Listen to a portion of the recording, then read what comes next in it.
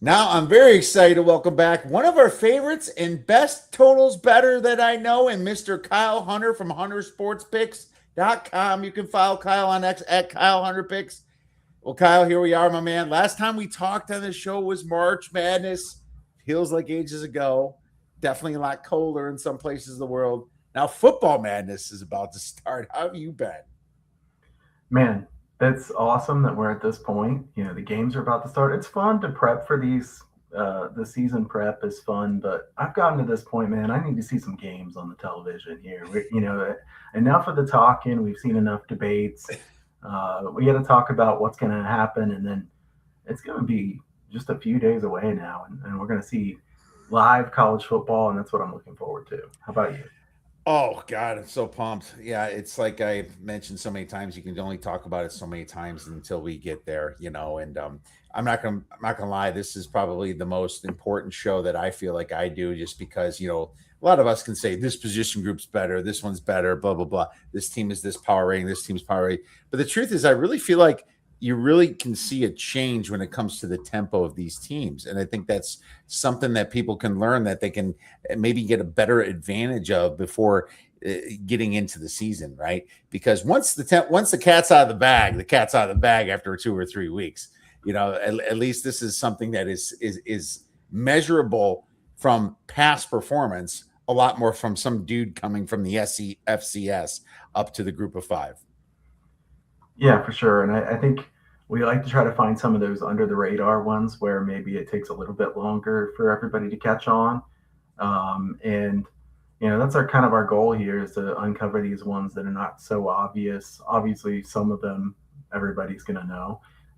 But I think we can find some value on these. And especially if your total's better, it's really something to know because what you saw at the end of last year, it may look way different this year. And you know this, Kiev, but the NIL era, transfer portal, you can't look at what you did at the end of last season and try to extrapolate that toward this season. There's just so many differences from what there used to be.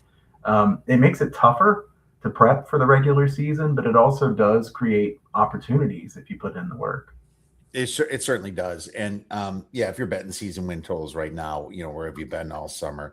This is the type of show you need to listen to for the next thing, which I believe is the totals kind of coming in to this season. Fox Mulder says go dogs there. You can kind of see a Georgia guy.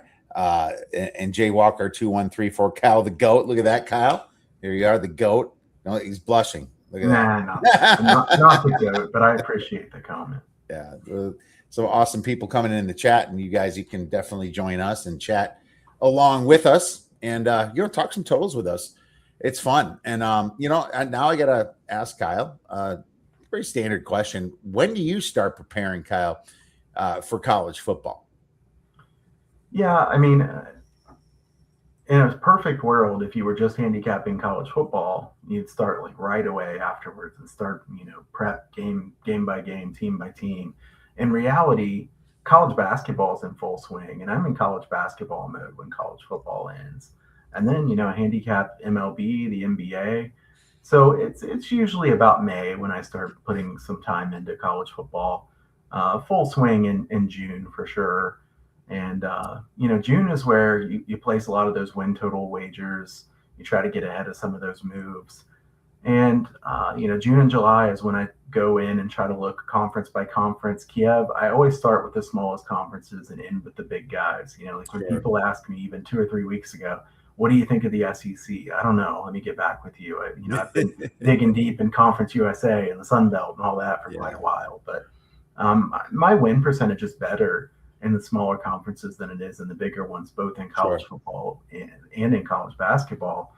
But I start in May. I start with the very smallest ones, try to look for the ones that have big changes from a year ago. I've said this here before, Kiev, but Iowa, they are what they are. Iowa's going to be the same type of team year to Yeah, year. They can make some changes, and I like Iowa. I mean, I like their coaching staff. I like the team, but you know what they are. There's no point in spending a ton of time prepping for Iowa when you could be prepping for a team that's had so many changes from last year. So that's my goal.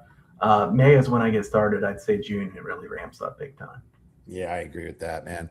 And it's it's to the point where, the group of six is still giving us value, but there's might be a point where you and I have to go slumming with some of our colleagues into the FCS. I don't know how much you've done that. I do Yeah. it here time to time. I mean, we know a little bit more. I mean, there's obviously Sagarin who does a good job, with some of those numbers and stuff. But the most FCS I've done is just from coaches coming in to FBS. To be honest with you, that's kind of like some of the info that I got, Kyle. But yeah, there could be a point where you and I delve into the FCS a little bit more. Any plans to? I don't know. Just do I have the bandwidth to do that and handicap every other sport?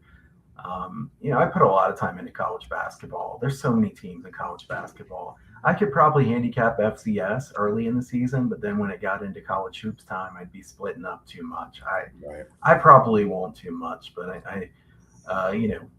there is value there for sure. It's just there's only so much time in the day. Yeah, absolutely. And you and I will be really talking college basketball. We're prepping October because there's going to Yeah. be pace changes and tempo changes then too. So prepare for that, everyone. We love talking about that, and I think it's real important.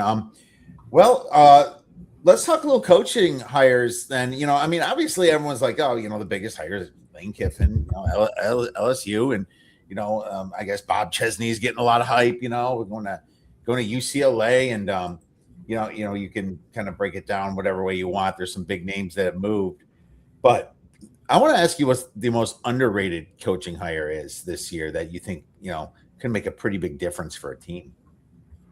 Well, I mean, you just mentioned him there, but I do love the Chesney hire. I mean, that's Yeah, why I wore the UCLA hat. I yeah, took over the win total for UCLA as a big bet for me. I'll be a Bruins fan all season long. I think he's done a great job everywhere he's been. So I'll have to say him first because I definitely do like the job he's done there. I think Charles Huff's a good hire for Memphis. I don't know how it will work right away because there's a lot of change, and they don't have quite the talent that they've had in the past. I think that's a good hire for a G6 team. Um, you know, there's plenty of names that have been put in a situation that I don't know if they can have a lot of success in year one. I think sometimes people try to grade them by year one too much. But some of these second year guys I like quite a bit. Fresno State I like with Matt Ince. I think he did a good job in the first year. I know that's kind of cheating on the question because he's the no, second. I love hearing it though. I mean, But I like to look for these teams who they built that foundation last year, and then I think they can take that next step this year. I think Fresno could be that team this year for sure. yeah, Um, some of these coaches are in really bad situations. Like I said, Southern Miss. I mean, Blake Anderson's a good coach, but man, what a mess they have right now. I don't think that'll go well to start with.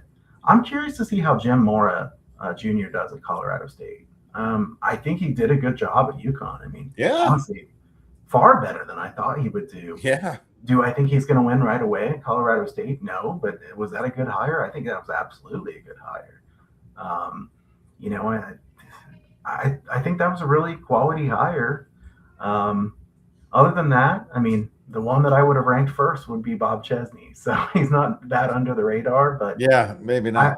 I like him a lot. I mean, he's a little more under the radar than Lane Kiffin, but not as under That's the true. radar as Maybe, and maybe it's because I listen to the gambling community too much. Because it's yeah, like yeah, it's not maybe so much for us, but maybe for the public for sure itself. Because you don't hear too much about the talk shows talking about Bob Chesney. right. Maybe yeah, if you're listening to a podcast like a VSiN podcast, you do, but that makes a lot of sense. I'm gonna say um I'm going to say John Sumrall going to Florida. And I got to be careful because, 5 years ago, we might have said Luke Fickle, going to Wisconsin. But I will say Florida definitely has the money to spend, though. They've had more money over the years. They're like the number two, I think, in when it comes to a program money to spend. And I think he's going to be set up for success. And he's done such a good job at Tulane. When you think they're going to take a step down, that team just kept coming and coming and coming. He taught the kids grit over there to believe in themselves. He's got a good OC in Buster Faulkner coming in from Georgia Tech. I I think that could be a little bit underrated, especially if Florida makes a splash soon within whether it's this year or next year. If they get to a bowl game, I think that's a win from what this team has done. But I'm going to go with him as under the radar because you picked a really good one, Chesney, because obviously nobody's talking about it, but in the public space.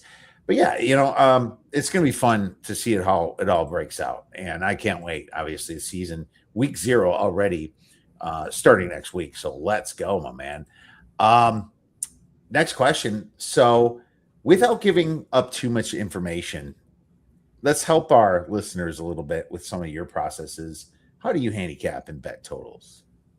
So, without giving away everything, it's a process where I sit down and I try to look for the biggest changes. I'm looking for things that are different than last year, especially at the beginning of the season. Like I said, if I think that the team is too much what they were like last year, I'm not interested in betting totals on them to start the season. Um, at the same time, what I'm looking for is matchup specific teams that I think I could take advantage of. Kiev, there's some teams that are just way better at stopping the run than the pass, or vice versa. And if they get matched up with the right or wrong opponent, it can really make a game go very differently. Think of like an Air Force. So, Air Force, remember the game against UNLV last year? One of my good calls from last year for sure. I think it was like 51-48 or something like, Oh, like basketball right. score. Yeah. You get Air Force, a team that can run extremely well against UNLV, who's really good offensively, but they can't stop the run to save their lives. You look for those spots ahead of time going into the season. Circle those spots. That's what I've been doing a lot lately here in the last week. Yeah, just going through and looking week by week, some ones that I think I'm going to want to bet. Highlighting those in the blue highlighter or whatever it may be. Over is this color, under is this color, against or with that team. I try to do that ahead of time to have, when we get to that week, it's easier for me if I already know what some of my leans might be. Now, obviously, I'm doing power ratings on the side. I'm not the guy that just bets what my power rating says only. I want to dive into the game and Yeah. look at it pretty closely. But I'm looking, if you're talking totals only, I'm looking to see what kind of pace is it going to be and what kind of efficiency do I think there will be in this game. Usually, in basketball, it's like, do you think the better team's going to control the pace? Well, controlling the pace is a little bit different in football. I mean, you can only do so much. You can snap it slower. You can run the ball consistently, but it's not exactly the same as handicapping a college basketball one. At the same time, some teams are very good at dragging you down into the mud, Yeah. like in Iowa. I mean, they make it a lower scoring game somehow. Or you have some other teams that make everything high scoring just because their defense is so weak and they play so fast on offense. Um, you look for those spots that you think would be really helpful to circle ahead of time, and then you look for the changes from the year before. Like I said, I think that Mhm. having a formula that you put in, you say there's going to be this many possessions. What kind of efficiency do we think this team's going to have? What kind of efficiency are they going to give up to the other team? And then you go in, Kiev, and you look at something like a Sagarin and you compare your number to a Sagarin. Because somebody like Sagarin, even Bill Connolly's numbers, I think are very helpful. I'll put my numbers and then I'll put the others beside. I'm okay if I'm different than them. I just want to see, do I think that's the right way to be? I'm 5 points higher. Why am I higher? Well, I think there's going to be more possessions. I think this quarterback will have success against this secondary, that type of thing. So I think comparing to other sharp people, what is publicly available, is a good way to do it if you're starting out too. And then obviously tracking the closing line. Kiev, you know this. We've talked about this before. If it opens over 55, it closes over 59. You want to pay attention to that team's getting bet to the over. It happens again the next week. Then if I like the over, I got to bet it early. If I like the under, I got to bet it at the end of the week. You need to know what the market's doing. I think a good understanding of the market is really, really important in both of the college sports. So I hope that was a good, somewhat quick synopsis. No, that was perfect. Yeah, I don't think I've asked you that since back in the day when you were on Adam Burke's show, Hunting for Winners, your segment. blast from the past right there, and sometimes, with new bettors, you have to re-ask a question, and sometimes things change a little bit. But yeah, I mean, Iowa, they're one of the slowest teams. Wisconsin was actually the slowest team in seconds per play last year, and Ohio State was right there with them, man. It's kind of interesting to see that, I won't get you started. Sorry, I won't get you started. But yeah, looking at that score 49-51, maybe I suppose if Niagara played Northern Iowa in basketball, you get a 49-51 game. But those were also some slow games. But no, it's exciting to prepare for this, and that's great. Having a formula is huge, and having a formula kind of helps get you to the dance, and make sure you got to make sure that you might see a number and then you have to question it, because one defense could be so freaking locked down that the other team doesn't even score. That's something to think about as well. And then you kind of jump into some of the team totals. Fox Mulder, best bets for week 0-1. Hold on, son. Let's get it through this show, and then maybe we can talk a little week 1 at the end. And our buddy Bobby Newport, always back. Thank you very much, Bobby, for your kind words to the best. I appreciate that very much. Definitely not, I'm not. Kyle might be, but we'll see what we can do for you guys right here for some of these numbers. But here we are. What's funny? I've been working on this for a couple weeks. This article I'm going to kick out, and I always get notes from you after this show and take notes on it. But I'm not going to lie. I found teams going slower to faster once again than I found from faster to slower. If you understand what I'm saying. Yeah. I feel like that's kind of the trend every year. But when the teams end up sucking, they have to slow it down anyway. Doesn't that sound about right? Yeah, and the same thing happens in college basketball. I mean, who wants to say we're going to stall? We're going to slow this down. Let's try to turn this into a slog. Not many people want to say that. You have to kind of read through the tea leaves, and maybe they're saying, well, we're going to play with a hybrid tempo, sometimes fast, sometimes slow. I'm probably going to play slow. That type of thing. Yeah. But yeah, I agree. It was a little easier to find faster than slower, but I did find quite a few this year. Yeah, me too. Well, why don't we start with slow to fast? And I have about 8 major ones, but we can just kind of go back and forth. I'll start with you. What do you think is maybe one that really sticks out here? You can start tempo changing, going slower to faster. Well, Washington State's kind of an under the radar one. They were 125th in tempo last year. I don't think they'll be a good team, so it's possible that they'll change the way they play later in the season. But Kirby Moore and Matt Miller have talked in depth about speeding things up this season. Kirby Moore with Matt Miller, the Cougars are shifting away, quote, from the slower cadence of previous seasons to install an attack built on quick snap execution and elite conditioning. So if that's actually true, 125th is going to be quite a bit quicker. The other thing that's true is Washington State was good defensively last year, and they're not going to be good defensively this year. So that's the type of team I'm looking for, is maybe we can find a right opponent for a team to really torch that secondary that I think is going to be much worse than it was a year ago. And if they go from 125th in the nation in tempo to, say, 40th, the odds makers have to make a pretty big adjustment there on those totals lines. Washington State was one of mine, so I'm glad we see eye to eye here. Yeah, Jimmy Rogers, he was a 76th in plays per game, but 126 in seconds per play, and he heads to the flatlands of Iowa State. But Kirby Moore, he is from the Eli Drinkwitz tree of offensive knowledge, and he was the OC at Missouri, right?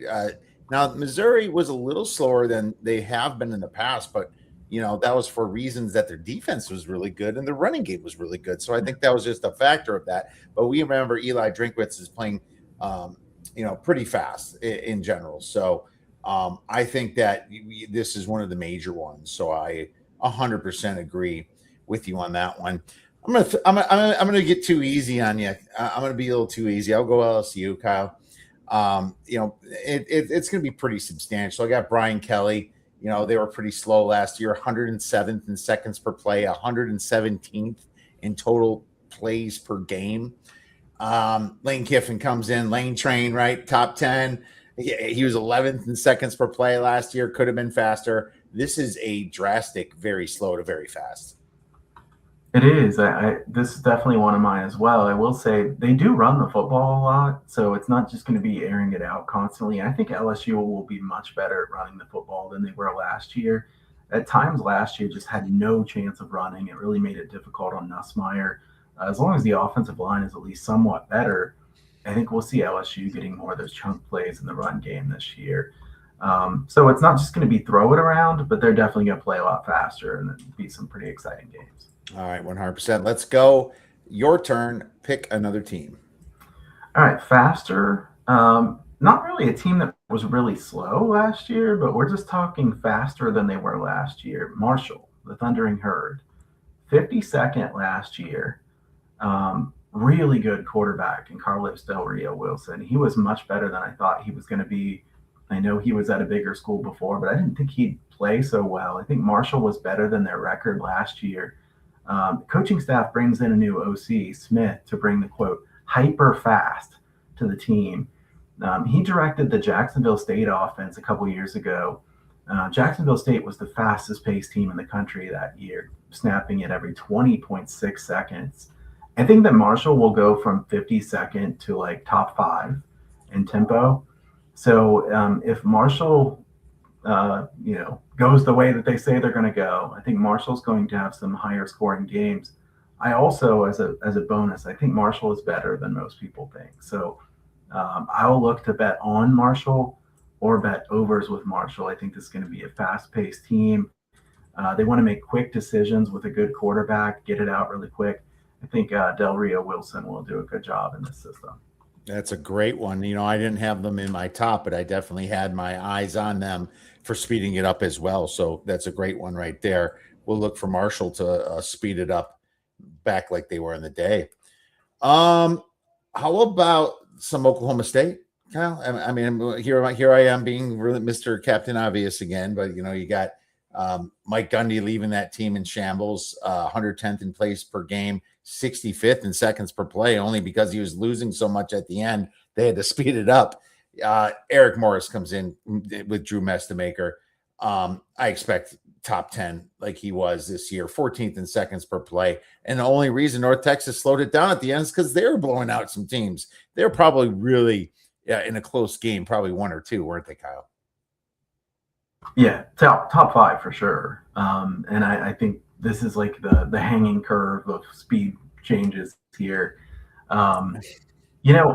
Kiev, I won't get too far off topic here because we are mainly talking about tempo changes. But some of these people are so high on Oklahoma State at this point, it kind of scares me. I mean, some of on the prediction markets and things. I mean, they're just betting this team like they're about to go 11-1 or 12-0, and it's like, I mean, gosh, these guys are going to be much improved, but pump the brakes a little bit here. Now they're not going to pump the brakes when they're playing, but I think they're not quite as good as some people are thinking now. This is not me saying I think they're just a straight fade or something, but over 5.5 for season wins like it first came out, okay. But if you're betting on them to go 10-2 or make the playoffs or something, I think you're going to be disappointed. 6 wins is fair. I agree with you. I mentioned that in the other show. I mean, everyone thought Southern Miss was going to win the Sun Belt when Charlie White, not Weiss, but we were just talking about coach from Marshall going there. And then, they won over their early win total, but I think if you got it really late, you missed out on that. Right. So, the truth is that just because a bunch of FCS guys goes into Division I does not mean that, you're going to get the same results. And I think people got to be very careful with that. Right. So that's huge. Good call. Next one I have is Northern Illinois. So with Northern Illinois, Tom Hammock, 126 in plays per game, 97th in seconds per play. They kind of knew they were a bad team, but Rob Harley gets promoted from defensive coordinator, but that doesn't mean slow because Quinn Sanders comes in as offensive coordinator from the University of Charleston.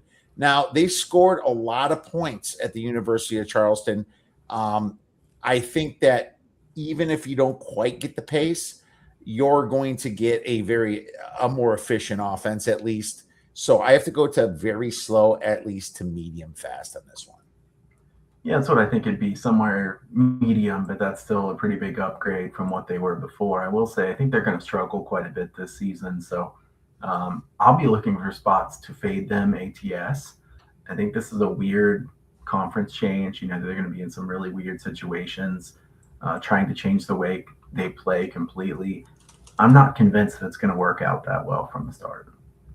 Yeah, I'm not either. I think we're gonna have to give it some time. Um, Defensive coordinator moves up. I mean, come on, that's not really a splash, right? I think this team could like play fast and lose fast, so probably a fade situation, right? So hopefully Yeah. the other teams put up some serious points against them, and I really think that teams will put up some serious points against them. What do you have next? Well, this is kind of an easy one too, but Northwestern, 129th last year.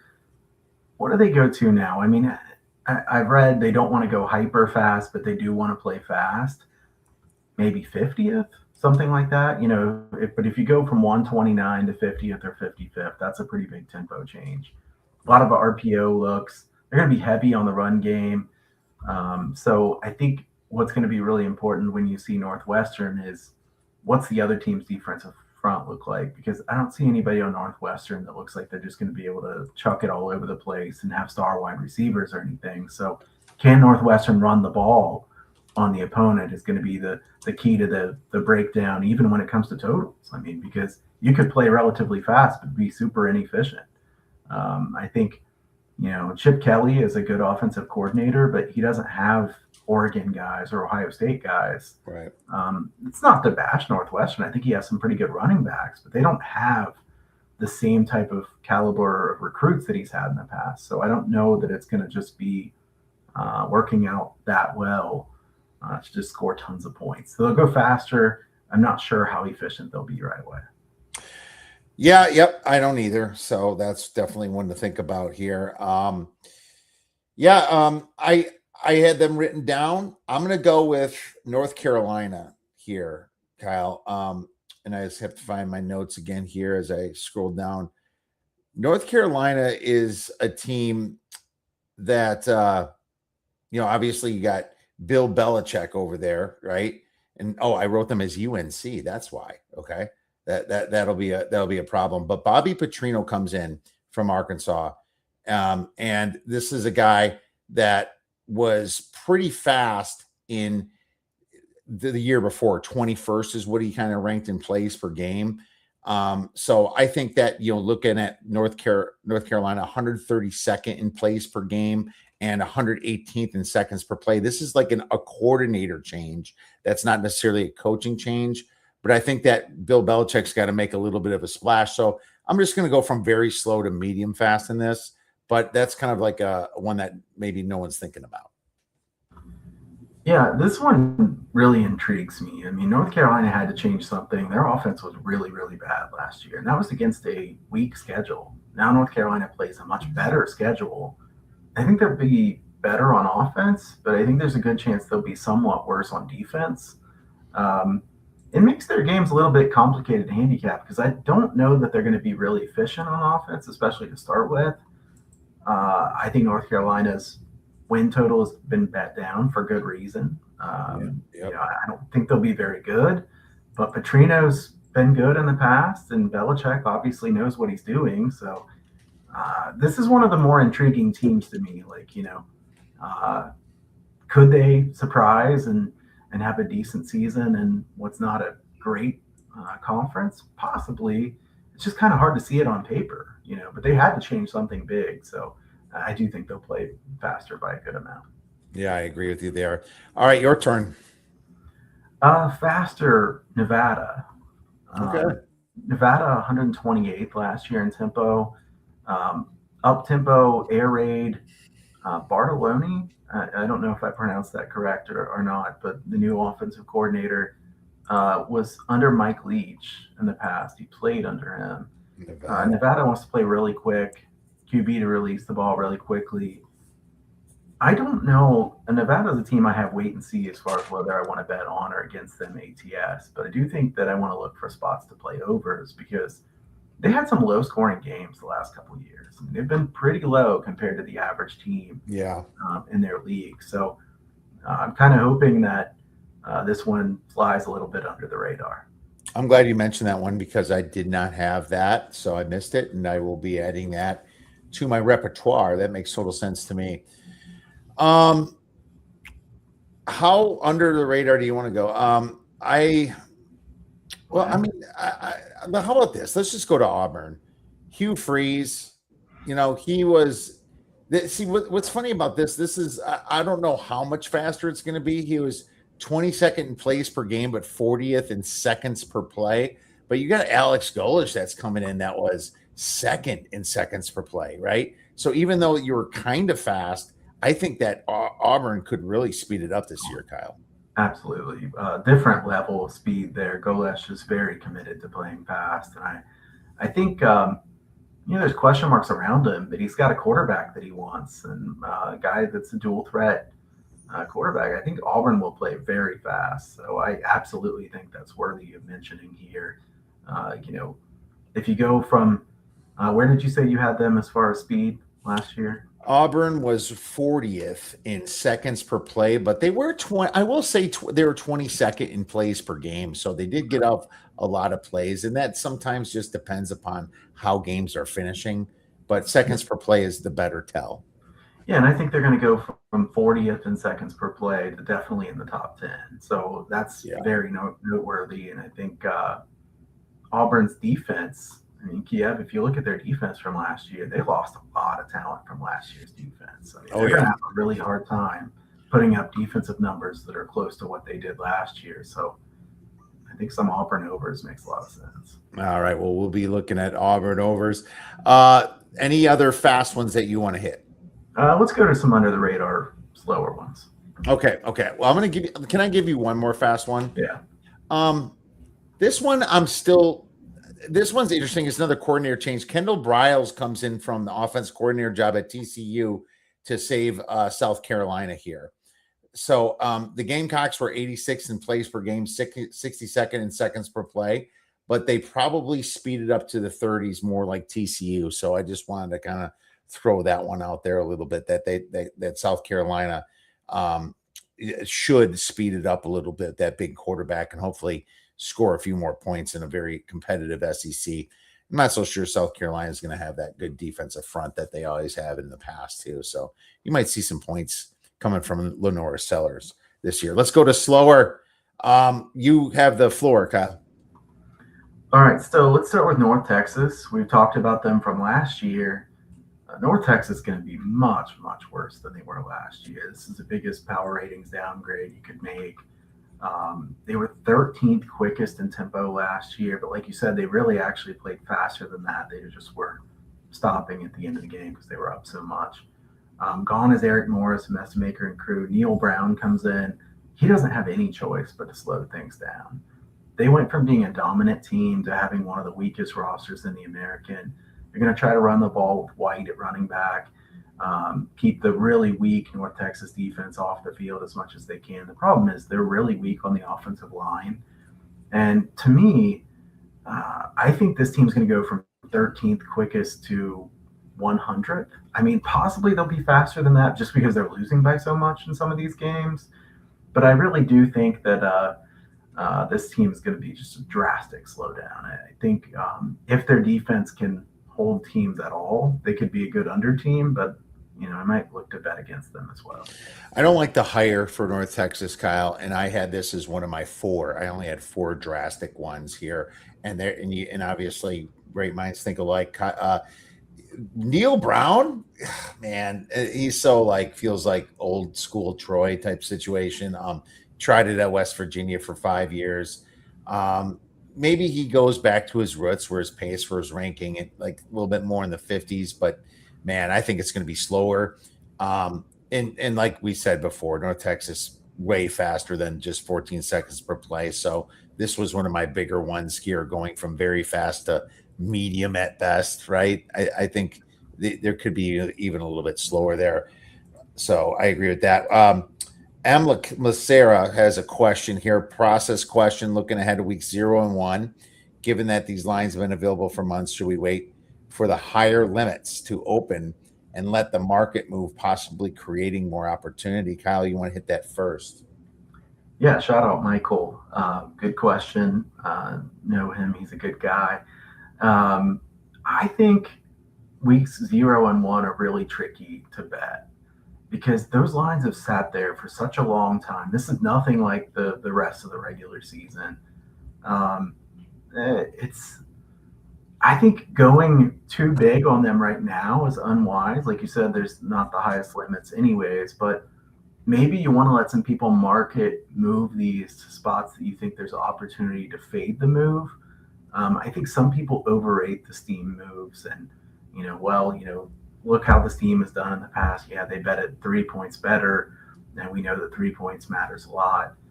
I am a little bit cautious when it comes to week 0 and 1, when it comes to timing the market.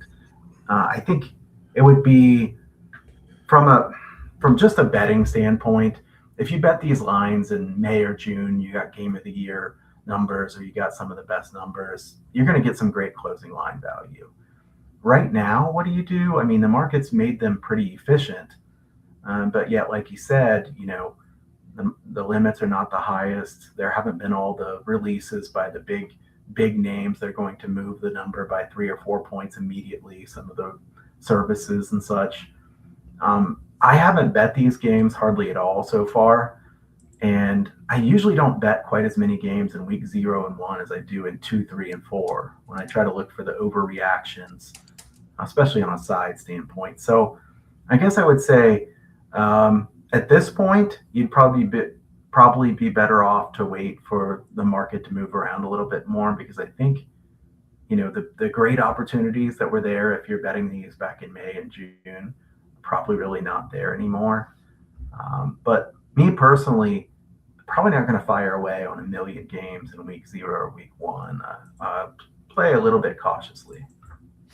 Yeah, I mean, like the limits haven't been that low. I mean, I know some guys putting some big money down on some stuff. Since I think since FanDuel and DraftKings and some of the bigger books, they've really expanded limits. Like before, when Vegas had just a hold of everything, that stopped everything. Right? There was no way that it's almost like they had an oligopoly or a monopoly, you can say, on it, so kind of controlling everything. And now it's opened it up. And the truth is that if there really is a big move this late, are you sure it's wrong? Because you're going against a pretty educated move, being that these lines are be out now. Maybe you might have your own number, but you'll have to double check it. If you're really certain on it, you could know more than the market. That's why we bet. If none of us ever felt we knew more than the market, we would never bet. It'd be ridiculous to do it. What are you doing out there? But that's why line value is so important, and what Kyle talked about. So I think it's a great question. It's a perfect time of year for that question, Mike. So thanks for asking it. And we're always trying to figure that out, but there is steam that follows some of the big sharp moves. So the steam could put it past like a 37 or something for a total, or a 44, or some sort of key totals number that 50 and a half is a big, to 51 is a big move too, and so you'll always see a lot of the numbers stuck over there. So keep that in mind, that the steam, just if someone bets it at 50 and a half and it's big enough, they might not like it at 51 and a half, and it might move to 51 and a half. Right. And that's where, there could be some value the other way. So that's my thoughts. Yeah. I think the other thing about that is, there's not a perfect answer to anything like that. I mean, I don't think that any one person can just say, this is exactly what you should do from, August 19th or 20th on, if you've waited this long and haven't bet the week 0, week 1. The other thing you got to consider is weather could matter. I mean, you never know, there could be a hurricane hits if you bet a big over or something like that. I don't love betting big without having any idea about the weather and some of the places where we know that could matter. That matters more for totals than it does sides. But, I haven't been quick to jump on those. I've bet quite a few of the season win totals, and I'll bet more in weeks 2, 3, and 4. Absolutely. All right, my turn. South Florida. Obviously, what comes around goes around. I have to mention So, Alex Golish speeded someone up. I think Brian Hartline goes in there and slows it down a bit. I always think if Ryan Day did coach a group of 6 team, I think he'd play faster than he does now. It's just that when you have those types of studs on defense, it's better not to, and not to hurt your players. But at the same time, this is still going to be a massive, at least very fast to medium move with Hartline there. And to be honest with you, I do like the hire. I do like South Florida's hire. I do like Hartline, and I expect this pace to go a lot down. Yeah, I mean, I think some people have disagreed on exactly what they will be. Will they be slow? Will they be kind of medium? Well, they're going to be slower than they were last year for sure. And the OC hire, some people think, well, maybe they'll want to play fast. Even if they play relatively quick, it's going to be a lot slower than it was last year. So USF, I do think, made a really good hire, especially, he's such a good recruiter. And being in Florida, they should be able to pick up some really good talent. Very fertile recruiting grounds in South Florida. Your turn for fast to slower.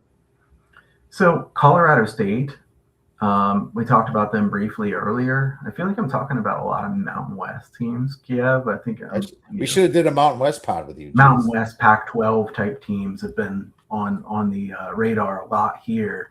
Yeah, we should have done that. But, I mean, you got Colorado State. They were 30th in tempo last year, slowing down, getting rid of the air raid. They say pivoting to a methodical, deliberate run-first ball control tempo, controlling the game on the ground. If you want to control the game on the ground, get away from the fast pace, I think that definitely plays toward heavier rush volume, burn the play clock. This does kind of mimic what they did at UConn. I know they ended up having Fagnano, who was a really good quarterback, but they don't have anybody like that here. And I think they're going to try to run the football, save their defense up. And I think Colorado State goes from 30th or so in tempo to, 80th or something like that. That's definitely a good one. I'm going to go Cal. Justin Wilcox, obviously, finally out of there, but he had to speed it up over the past. 49th in place per game, 53rd in seconds per play. But Tosh 2.0, I says, comes in. Defensive mind. He comes from Oregon. Strong defense. The whole thing with their offensive coordinator there, though, is it Harrison they hire? I think it was Harrison. I that's a question, but he hasn't been coaching in years. It's not like he blew me away before, but I just think that in the beginning, he's going to want to kind of not put too much on JKS, his quarterback, and he's going to keep it a little bit slower than it was last year. Yeah, I think that's fair. Cal's the team that I have a lot of questions about. JKS is great, but the talent around him is not fantastic. I think they really don't have that good of an offensive line. Their running game is pretty non-existent. I don't know if it's going to work right as well for Cal as what some people think this year, but I'll go with another one here, Kiev. Let's see, slower. Like you said, there's not quite as many of these. TCU is going to play slower. Yeah, I agree. Gordon Samus comes in to tone down the tempo, go away from the high-speed spread packages. Honestly, it's kind of surprising to me, given who the head coach is, that they're going to play slower, but it sure looks like they're committed to playing slower. They want to go with the pro-style scheme, the heavy physical run package, instead of rapid snap rates.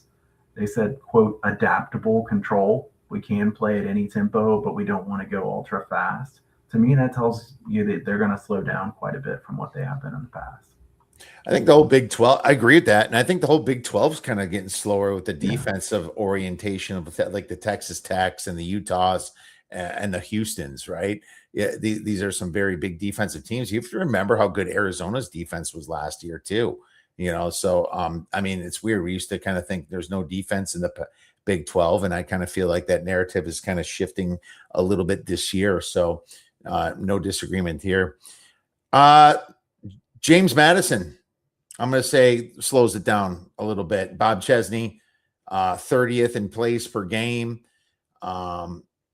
What's weird about them, Kyle, this is hard to get your grasp. They were like in the hundreds in seconds per play, but this was a team that was blowing teams out a lot.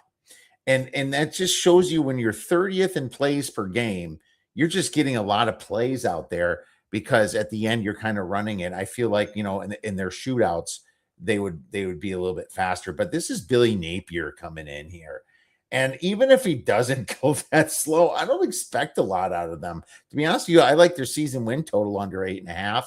I know that they don't have a huge non-conference, but I just can't fathom a team that lost everybody, even if it's James Madison, with a new coach and Billy Napier coming from failing in Florida to win a lot of games right there. So there's a season win total I like, clearly under 8.5, but I expect it to be even slower this year, Kyle.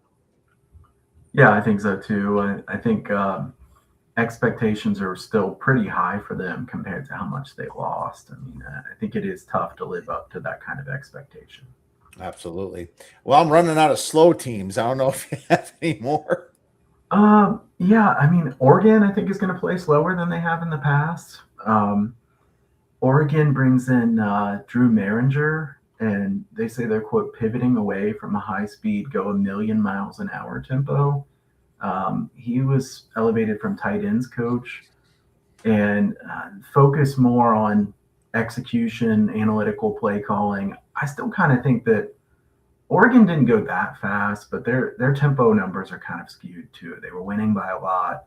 It looks like a team that wants to be a little bit more physical, try to really promote using that offensive line that's always been very good the last few seasons. I think Oregon will go slower than they have. I don't think it'll be a drastic slowdown, but we think of the Oregon Ducks being a really fast-paced team, and I don't really think they are. We always used to think of them like that for sure. I agree. What about Oregon? Maybe Oregon State a little bit. Jamarcus Shepard comes in here, groomed from the Kalen DeBoer tree of knowledge. He's. I think Kalen wasn't that fast in Alabama. Maybe he was at times before in his Fresno State years or his Washington years. But I feel like this team was fast last year and they lost by a lot of points because of it. Kyle, you remember some of those shootouts that Oregon State would be in last year. I feel like this could be one that's slowing down. I didn't have it as drastic, but the more I think about it, I would throw Oregon State maybe in there.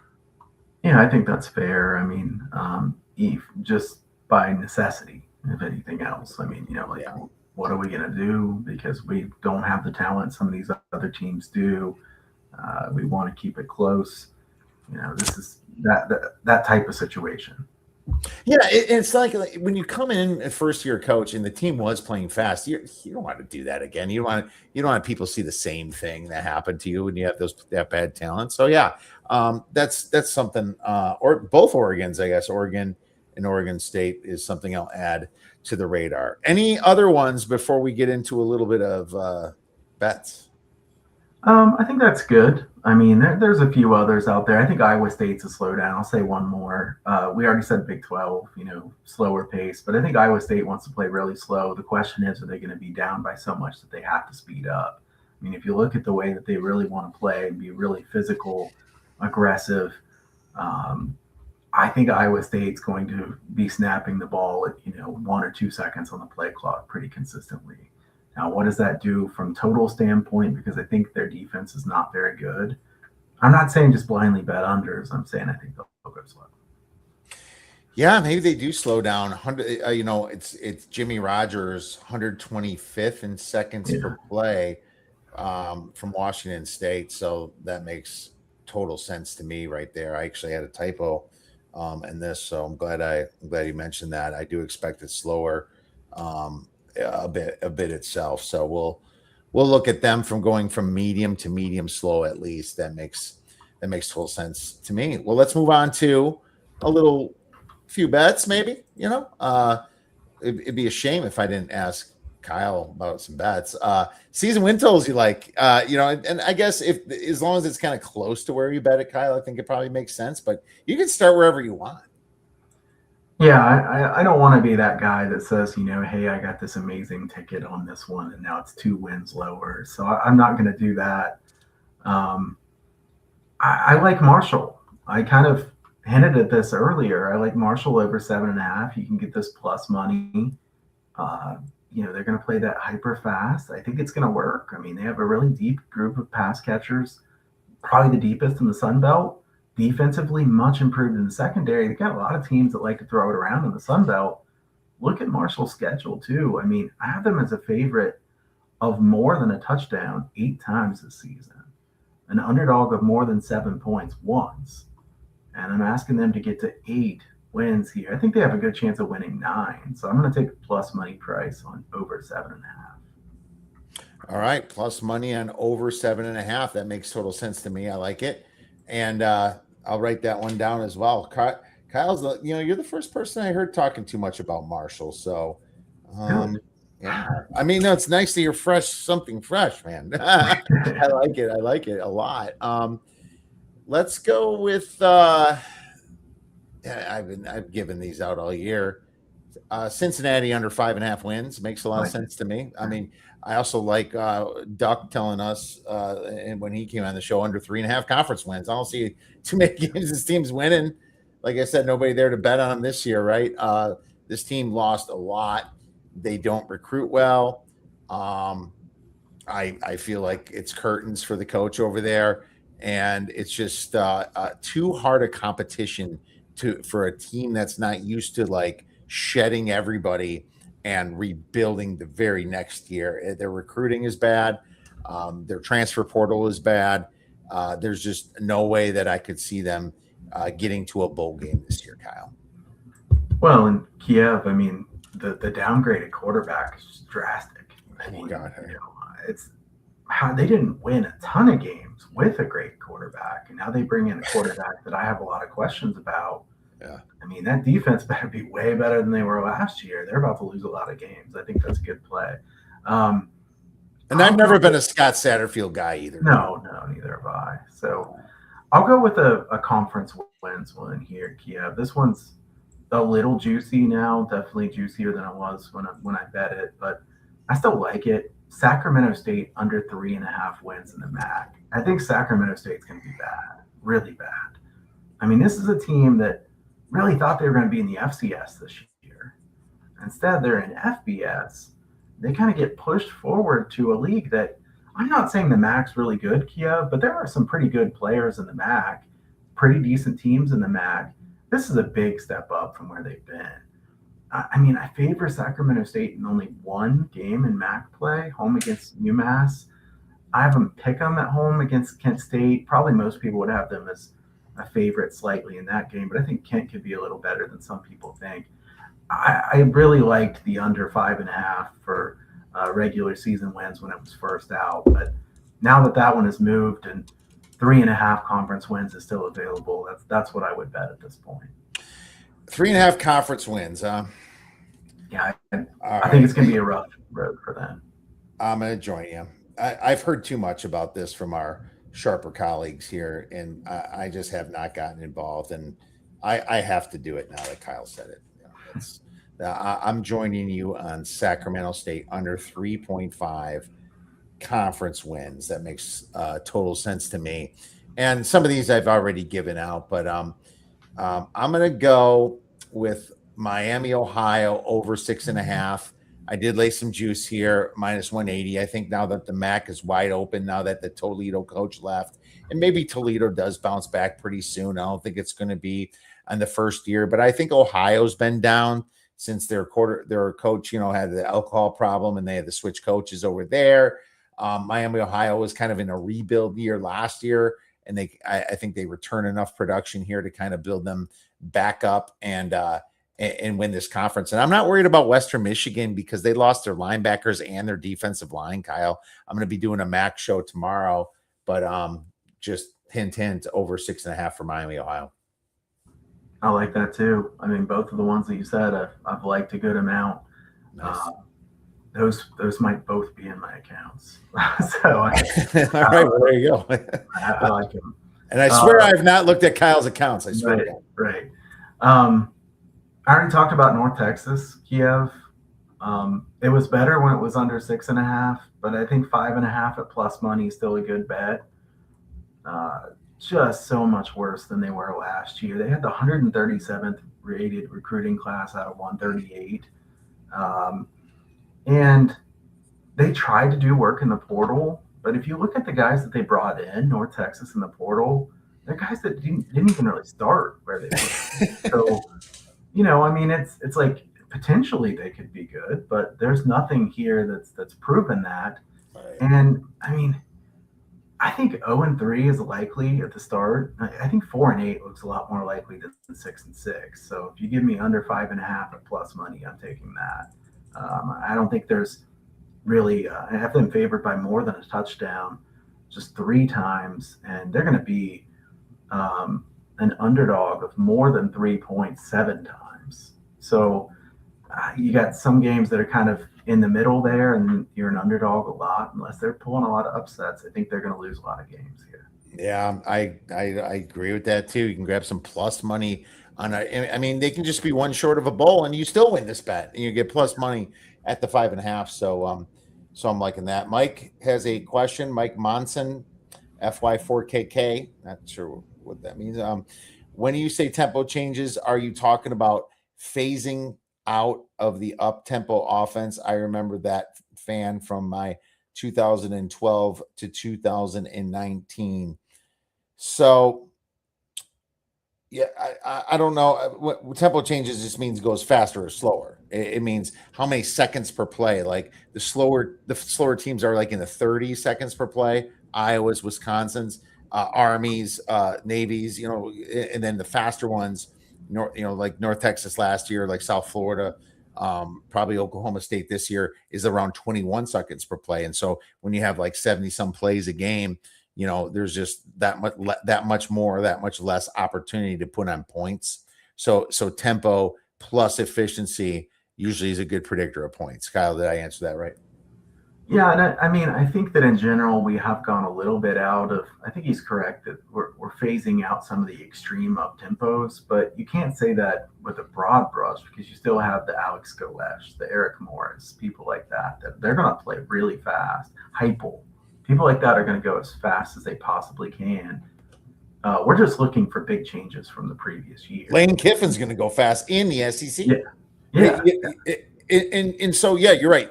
And you have to understand when something changes, then it changes back because somebody wants to be ahead of the next curve, right? So it kind of comes in waves. But yeah, you're right. Since the clock doesn't stop now until towards the end of the game, like they that was what 3-4 years ago, Kyle, when we complained about that.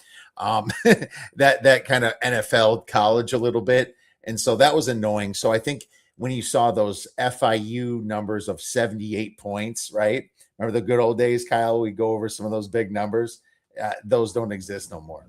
There's remember the Baylor totals with RG3? Yeah. I mean, you can get some like 80s, 81s. Yeah. I mean, that was just insane. I don't think we're going to see that again. But yeah, I mean, in general, the rules have changed a bit, but we're looking for the big changes where a team was something before. They're going to be something completely different so we can find some betting value. Yes, absolutely. That's kind of what you're looking for. And like we said, it's going to be a short-lived because after week 1, week 2, the books will start to adjust. Maybe it won't be drastic enough for week 2 and you can still jump on something, or you can find some over adjustments too that you said, well, they still should be lower.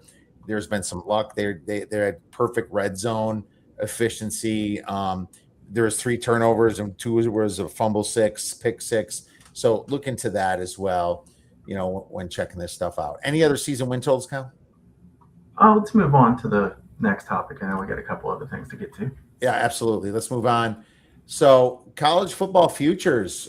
This is fun because sometimes, there's some long shots you can take. There's some conference winners that you can take. What kind of futures are you looking at this year? Well, Kiev, I told you I like the Miami pick. I like Miami to win the MAC. So, I mean, we're thinking similarly. Yeah. The MAC feels pretty wide open to me. I mean, where's the dominant team in the MAC now? I mean, Toledo had the best roster as far as talent many of the years. They just got tripped up by somebody they shouldn't have lost to many times. Like all the time? Yeah. I mean, frequently. We won't delve into that too far, but Miami has been really strong under Chuck Martin in the trenches every single year. I know people are going to say, well, they don't really have that good of a quarterback, but did they really have a good quarterback last year? I mean, Finn quit the team with a lot of the season left, and I don't know. I mean, Miami, they struggle in the non-con, so they're going to lose some game, whether it be first game of the year or one of those first two or three games really badly, and somebody's going to think Miami's not very good. But I think they're going to round into form when it comes to MAC time. So I like them to win the MAC here. I don't All have enough right. to know exactly what the price is now, but I know you can get a pretty good price because there's nobody as a big favorite. Yeah, I got it at plus 410 when I bet the season win total, and so I was probably under the same thinking as you. I think I bet this on July 5th, and so it's probably around the plus 300 some ranges. I think I do have a little bit of line value, but I just took the half the size of my season win total bet and bet them to win the MAC because you can hedge that too. When you get to that championship game, it's not going to be some massive dog where you're worried about like playing Miami of Florida if you're like NC State or something, right? You don't have to worry about that kind of hedge. I think it's going to be Right. rather substantial. There's a lot of things that you can look at. I'm going to look towards. I'm going to give you a long shot on Fafita. Um, if you want to get this Heisman bet, he's over 101. But Arizona win the Big 12 is plus 2,200. Maybe they're okay. Their schedule is so easy until October 31st. They have the only tough game is at BYU, but if they can sneak, it's early. It's like the second game of the season. If they can just get that win at BYU, they're just going to roll through all the easy teams, the Cincinnati's, the UCFs, the West Virginias of the Big 12, and they get them all nice and early. And then it's not until October 31st where they have to play Texas Tech. And who knows who's quarterbacking for Texas Tech by then? I mean, there are a little bit of quarterback issues, but I know that they clearly have the most talented team at Texas Tech. But you know what? 22-1. I wanted to be a little bit different here. I have a little belief in Fafita and that defense from what they did last year. And I'm not a Brent Brennan guy. You know that, Kyle. He shocked me a little bit last year. Maybe he got better. People are allowed to get better. So that's a long shot that I'm taking. First, I think Brent Brennan did well because he hired two really good coordinators. I mean, the Yeah. OC and DC, I think, are very good. You hire the right people around you, it can make you look really good. And I love Fafita. I haven't bet this one. I'm not saying I don't like it, but this is one of the first ones that I actually didn't have that you said. So not one that I have bet. I did bet Texas Tech at plus 100 to win the Big 12. I think they'll at least get to the Big 12 title game, and then they'll be a decent sized favorite. If they So if that was they one. do, they're going to be a big favorite, right? Is that fair to say? I would say so. Yeah, I think big favorite for sure. So that's what I bet there in the Big 12. I have one other one for you that's kind of a long shot. 8-1, somewhere in that range. Okay. I like Army to win the American. I think Army. Army, that offensive line is so good. I know their defense isn't great, but I think Monken's just a really good coach. Helms has another year there at quarterback. I think they're going to wear down opponents' defenses, and I think Army could be a decent amount better than people think. So I'm going to take Army as a longer shot there to win the American. All right, little Army action. And I haven't heard Army yet either. I've heard a couple whispers about him though. As of late, I like South Florida 8-1 to win. So there you go. I mean, Yeah, I don't think Navy can be as good without Horvath and right. that receiver they lost and a couple other guys. I think that option teams in general, you should not bet week one. You should kind of let themselves fumble it at first and then they'll figure it out. But yeah, Army could be the team this year, and I can make an argument for a lot of teams. So I'm glad he took a longer shot. I think UTSA is kind of everyone's like darling this year in the American, and I could see them doing it. It's just I don't like the number. I mean, I like the Heartline higher and a great recruiting ground in South Florida, and so that's my kind of way of looking at it. And if they can go over 8.5 wins, then I can at least cash and the rest is gravy because that's the bigger bet. I got plus 115 on that. So that's kind of one itself. So any other big long shots, Heisman, anything for Heisman, anything like that? I almost never bet the Heisman, Kiev. I mean, I know some people are really good at this, but just not something I really handicap. Um, so no, I mean, I bet more of the season win totals than I do on futures. So I think that that pretty much does it for me. At least ones that are close to the line that's available now. So I do think also that the Americans as wide open as you could get. I wouldn't want to bet somebody as a sizable favorite. And the one thing about UTSA is, can they win away from home? I mean, they look way different when they go on the road as compared to They at do. home. So, that's my question about them. I think they're good, and I think they'll win quite a few games, but they're going to have to win a big game on the road at some point. Yeah, their defense has been worse over the past few years as well. So that's got to definitely be fixed. So I like Dante Moore for Heisman, to be honest with you. I think Oregon's the kind of team, even if they do slow it down, Kyle, like you mentioned, I still think they're the team that will keep scoring against other teams. I like betting on teams that, kind of were bounced out of the playoffs embarrassingly, like they were against Indiana. And I think there's going to be some motivation there. That's why I think Notre Dame will go undefeated this year, actually, in the regular season. Then they lose in the playoffs. But I like Dante Moore just because he's the kind of guy that will put out that will put up the big numbers. And their defense isn't like Ohio State or Notre Dame defense. They're not like the recruits you get in Texas. I feel like their defense is good, but that's not going to keep. They let James Madison score 30 points last year. The backdoor covered that game last year in the playoffs. So I like Dante Moore at over 10-1. He's 13-1 right now at FanDuel. I actually had a worse number when I bet it. I bet it at 12-1. So there you go. Fox Mulder looking for bets. Which one of the future bets do you have the highest conviction on? That's so funny because it's all depends upon the number. I mean, I would say Texas Tech at plus 100, that Kyle said, it's like, I have the highest conviction on that, but yeah, like the most value bet, it could be a little different. I mean, if you gave me Ole Miss at 500-1 to win the SEC, even though you think Georgia's going to win it, that'd be the most value. I mean, Kyle, how you want to answer that? Well, I mean, am I taking the easy way out if I say I really like the win totals better than the futures? And since I kind of lumped them together, I'm going to tell you what my favorite win total was of the ones that I said today. I like the Sacramento State under. Okay. That's my favorite of the win totals. I did bet a lot at 5.5 on the regular season. That's been juiced down heavily. I like the 3.5 under on the conference. Texas Tech, I think, is a good at plus 100. And Miami of Ohio would be my second favorite there. I'll give you one. New Mexico plus 265 to win the Mountain West. This is the Mountain West. You don't have to deal with Fresno State anymore. You don't have to deal with Boise State anymore. You don't have to deal with San Diego State anymore. I think, and they get UNLV at home and they get Air Force at home. Okay. So I think that they're going to get to the championship game. So I think my favorite future bet at that plus type of situation is New Mexico.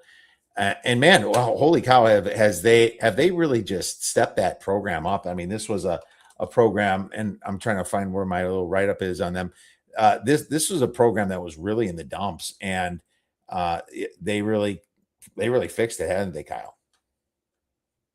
Eck is tremendous. Jason Eck, there he is. I was looking. His name was on the tip of my tongue. He's as good as you get, and he'll probably have a different job going forward if he wants one. He's done such a good job. New Mexico's defense is better than most people realize, and I think that really turned them around a lot. I have no disagreement with that bet either. Yeah, there's a reason why FanDuel doesn't have that up for a conference for some reason. They have every single other one, even the Pac-12, but they don't have the Mountain West.